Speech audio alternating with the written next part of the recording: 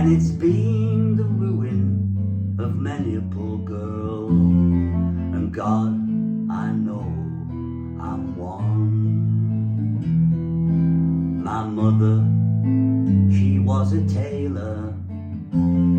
She sold my new blue jeans.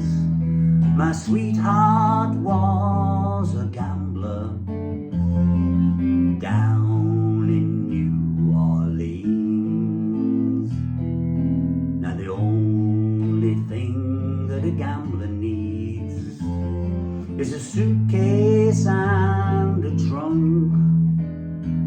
And the only time that he's satisfied is when he's on a drunk. For he'll fill the glasses to the brim, and he'll pass those cards around. And the only pleasure he gets out of life is rambling from town to town.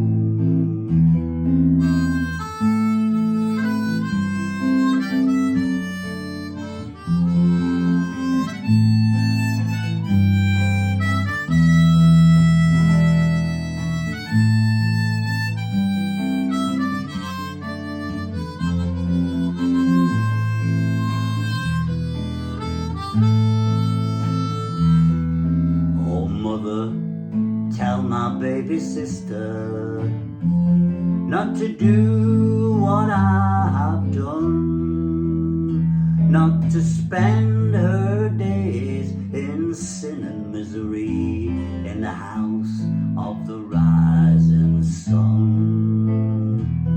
I've got one foot on the platform, the other foot on the train. Yes, I'm going back to New Orleans, back to that house of shame. Yes, I'm going back to New Orleans. My race is almost run. I'm going back to spend my days in the house of the rising sun.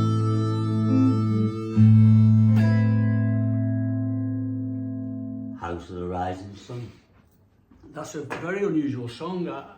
I think, well, for me and you, I think we first heard it from Animals. Animals, yes. It would be 64. I remember it well. I was doing my O-levels. Yeah. But the thing about the Animals version was, first of all, it was 5 minutes long, which was unheard of for a single, 2.5 minutes, so single, and it usually most singles 2 minutes, 2-3 minutes. Yeah, even under 2. So. Yeah. But they did it in 4/4 time, 4 beats to the bar. And when you hear people like Josh White, Nina Simone and Bob Dylan on his first album do it, they do it in 3/4. And the words lend themselves, I think, to 3/4, which I did it in then. And you lose a minute and a half of the song, of course.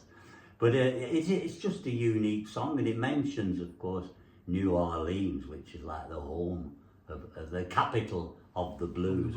But whenever I've sung it, well, in fact, years ago, I used to think, why is Eric Burden singing it? Why is he unhappy about going back to a brothel? You see?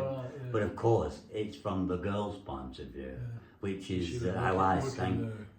So if I sing it in a concert, I often have to, well, I always have to say, it's a girl singing it, so imagine that she's got a deep voice. I think one thing as well, I think this was probably the beginning of folk rock, because the Animals, they did it in 4/4 time, but they also had electric instruments and they had a sweeping organ on it. I think it was the first folk rock. You're right, it was right at the beginning, wasn't it? Yeah, 64. Dylan was still acoustic. Dylan was still fully acoustic in 64. and they were before him when he went electric in '65. That's right, but it wasn't until he heard the Birds do his songs Seems to tell that me. it clicked with him. Now, I wonder if it had clicked with him with Rising Sun. Well, he might have done, and of course he came from a rock and roll background. When he was a young lad, he loved rock and roll and Of stuff course, like that. So yeah. I think he went into folk music as a vehicle for his talents, so he could get back to where he wanted to be, which was rock and roll. Yeah, because he always said in later life he never wanted to be the evangelical No, poet. spokesman for a generation. Exactly, He wanted to be yeah. Elvis Presley. Yeah. Yeah. In fact, when he used to play harmonica on sessions, he played for people like Harry Belafonte, didn't he? Oh, Doing yeah. all that calypso style and rock and roll, like you said. Yeah. Well, he wanted to be Elvis Presley, Yeah. and I wanted to be Bob Dylan. Who did you want to be? Well, I think George Harrison. Oh, very nice. Well, the nearest I got was I had the same birthday as George, Oh, right. but 5 years later. I've got same as Leonard Cohen, my birthday. Really? Yeah. Well, it's only a 1 in 365. And Stephen King, same as mine as well. All right. Anyway, that's enough nonsense for one day. Thank you very much, Bernard. It's a great pleasure.